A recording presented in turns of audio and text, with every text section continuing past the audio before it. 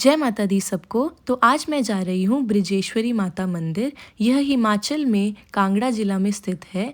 तो माना जाता है कि पौराणिक कथा के अनुसार जो माता सती थी, उन्होंने शिवजी जी के सम्मान के लिए खुद को यज्ञ में बलिदान कर दिया था। उसको देखकर शिवजी जी ने उनके शरीर को अपने कंधे पर उठाया और इस सृष्टि में तांडव शुरू कर दिया। तो इस विश्व को बचाने के लिए विष्णु जी ने उनको रोकने के लिए अपने चक्र से सती माता के जो शरीर था उसको 51 भागों में विभाजित कर दिया। तब सती का जो बायां स्तन था वह इसी स्थान पर गिरा था और तभी से इस स्थान को शक्तिपीठ बना दिया गया। तो आइए चलते हैं। अब मैंने मंदिर के लिए प्रसाद भी ले लिया और अब और ये थोड़ा बड़ी सा वाली आसपास की दुकानें भी फिर मैंने देखी कि अच्छा क्या क्या 1100 है। की, सारी पीतल माताएं की की है। बहुत सुंदर सुंदर मूर्तियां थी और अलग अलग चीज़ें थी और यही सब देखते देखते हम पहुंच के मंदिर के अंदर। तो ये है मंदिर के सामने का दृश्य और अब इसको देखने के बाद हम चलते हैं मंदिर के अंदर की ओर, माता रानी के दर्शन करते हैं। जय माता दी।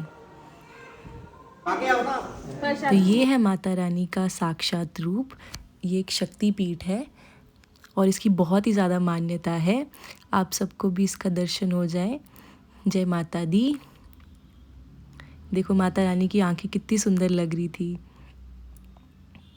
और यही सब दर्शन करते करते ये था बाहर का जो कुंड। ये जो पानी का कुंड है ये बहुत ही पवित्र है। तो हमने इसके छींटे अपने सर पे डाले और फिर हवन कुंड से मैंने ये भभूति का तिलक भी लगा लिया।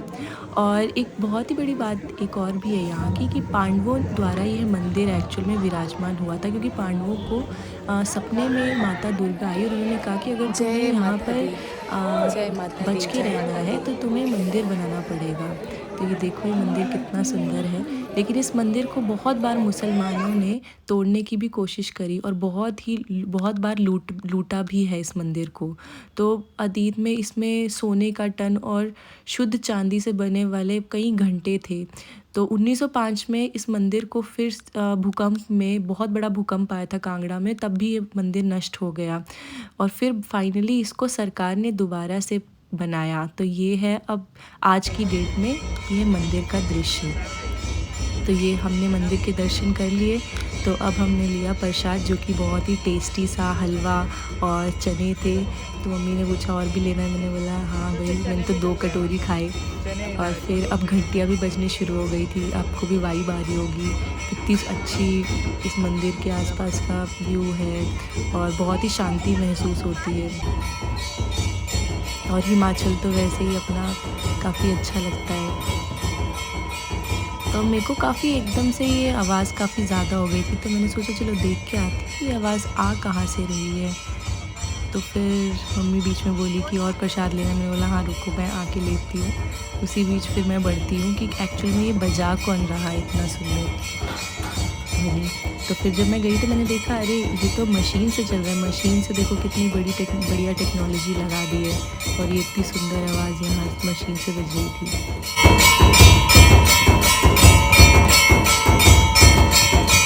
और फिर अब मैं फाइनली बैठ के मैंने लिया प्रसाद का मज़ा।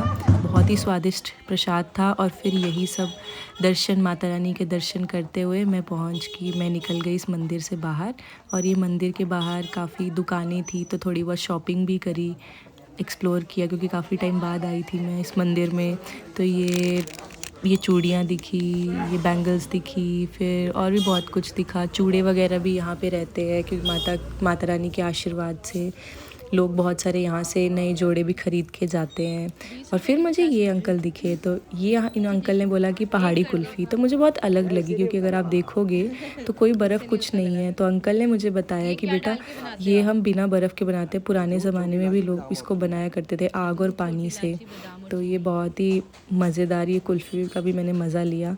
और इसी के साथ मेरा ये मंदिर का सफ़र ख़त्म होता है। आई होप आपको ये वीडियो अच्छी लगी। अगर लगी तो प्लीज़ मेरे चैनल को लाइक एंड सब्सक्राइब करना। और सारे कांगड़ियों को जय सिया राम, जय माता दी, राम राम, 650 बाय की जोड़ी बाय, कल हीरो की। टाटा।